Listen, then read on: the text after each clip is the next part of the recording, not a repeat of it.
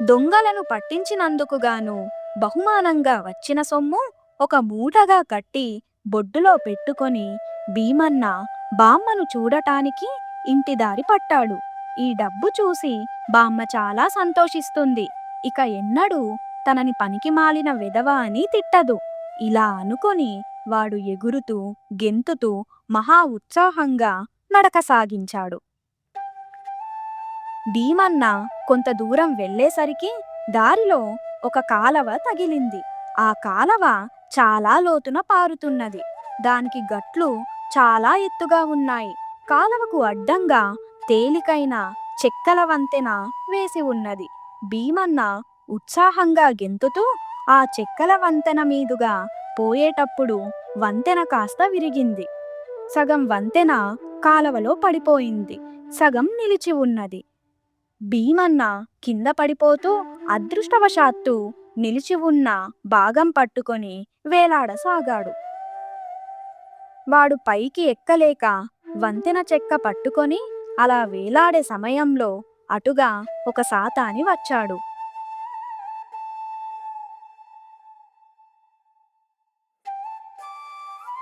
అతను భీమన్న దుస్థితి చూసి, అయ్యో పాపం, అర్భకుడు పెద్ద చిక్కులో పడిపోయాడు అనుకొని సహాయం వచ్చాడు. అతను భీమన్నతో, అబ్బాయి, గట్టిగా పట్టుకొని ఉండు, నేను నిన్ను ఉపాయంగా కాళ్ళు పట్టుకొని ఒడ్డుకు దించుతాను అన్నాడు. సాతాని ఉన్న ఒడ్డున కాలవ మీదికి చొచ్చుకు వచ్చిన రాతిబండ ఒకటి ఉన్నది.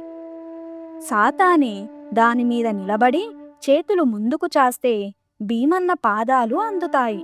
తాను ఇచ్చే ఊపుకు భీమన్న వడ్డున పడవచ్చు.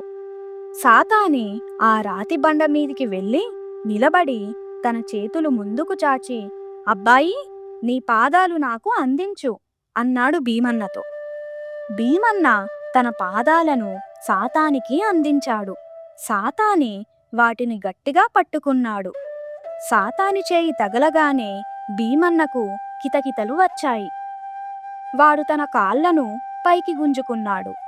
భీమన్న కాళ్లను గట్టిగా పట్టుకున్న సాతాని కాళ్లకు రాతిబండ అందకుండా పోయింది. వంతెన పట్టుకొని భీమన్న, భీమన్న కాళ్ళు పట్టుకొని సాతాని వేలాడుతున్నారు. అబ్బాయి, నిన్ను కాపాడబోయి నేను కూడా చిక్కుల్లో పడ్డాను. నువ్వు మాత్రం పట్టు విడవకు. ఇద్దరం అఘాతంలో పడిపోగలం. ఎవరన్నా వచ్చేదాకా మనం ఇలా వేలాడవలసిందే అన్నాడు సాతాని. భీమన్న తల వంచి తన కాళ్ళు పట్టుకున్న సాతానిని చూసి, అయ్యా, నీ భుజం మీద ఆ తాడేమిటి అని అడిగాడు. అవి చిప్పతాళాలు అన్నాడు సాతాని. అవి దేనికి అని భీమన్న అడిగాడు.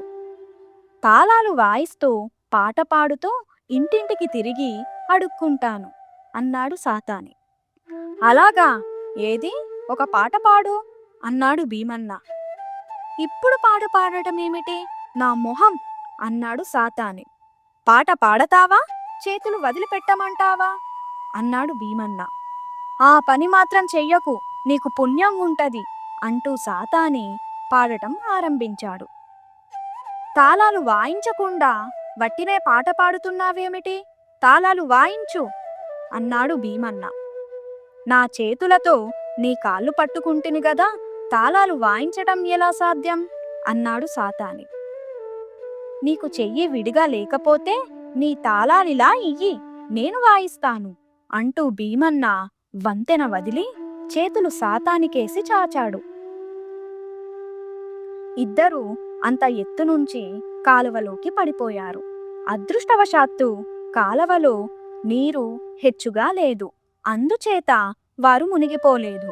కాని అంత ఎత్తు నుంచి పడటం మూలన సాతానికి బాగా దెబ్బలు తగిలాయి. సాతాని పైన పడటం చేత భీమన్నకు ఏ దెబ్బ తగలలేదు. భీమన్న సహాయంతో సాతాని కాలవ గట్టెక్కి, చేతులు కాళ్ళు విరిగినట్టుగా ఉన్నాయి, కదల్లేను, గాయాలకు కాస్త నూనె రాస్తాను, ఇదిగో ఈ 2 అణాల డబ్బులు ఈ గిన్నె తీసుకొని ఊళ్ళోకి వెళ్ళి కొబ్బరి నూనె పట్టుకురా అన్నాడు. భీమన్న డబ్బులు గిన్నె తీసుకొని ఊళ్ళో దుకాణానికి వెళ్ళి నూనె కొన్నాడు. దుకాణం మనిషి గిన్నె నిండా నూనె పోసి, ఇంకొంచెం మిగిలిపోయింది, ఇంకో సీసగాని గిన్నెగాని ఉంటే ఇయ్యి, పోస్తాను అన్నాడు. భీమన్న నూనె గిన్నె తీసుకొని దాన్ని పరీక్షించి గిన్నె మట్టు కింద కొంత ఖాళీ ఉండటం కనిపెట్టి, ఆ మిగిలింది ఇందులో పోయి, ఈ భాగ్యానికి ఇంకో గిన్నె కూడా దేనికి అంటూ గిన్నెను బోర్లించాడు. గిన్నెలో ఉన్న నూనె అంతా ఒలికిపోయింది. దుకాణం వాడు భీమన్న వట్టి మడ్డి వెదవా అని తెలుసుకొని మిగిలిన నూనె గిన్నె అడుగు భాగంలో పోసి ఇక పదమన్నాడు. భీమన్న ఆ గిన్నెను అలాగే భద్రంగా సాతాని ఉన్న చోటికి తీసుకుపోయాడు. బేడా డబ్బులకు నూనె ఇంతేనా వచ్చింది? గిన్నె బోర్లించి తెచ్చావేమిటి అని సాతాని అడిగాడు. ఇది మిగిలిన నూనె, అసలు నూనె ఇదిగో అంటూ భీమన్న నూనె గిన్నెను వెల్లకిలా తిప్పాడు. అంతటితో అడుగున ఉన్న నూనె కూడా నేలపాలైపోయింది. చాలా ఉపకారం చేశావులే నాయనా, ఇక నీ దారిన నీవు వెళ్ళు అంటూ సాతాని గిన్నెకు అంటిన నూనె తన గాయాలకు రాసుకున్నాడు.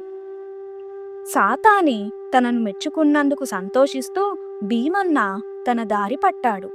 తర్వాత ఎపిసోడ్ కోసం ఛానల్ని సబ్స్క్రైబ్ చేసుకోండి. గంట సింబల్ని ఆన్ చేసుకోండి.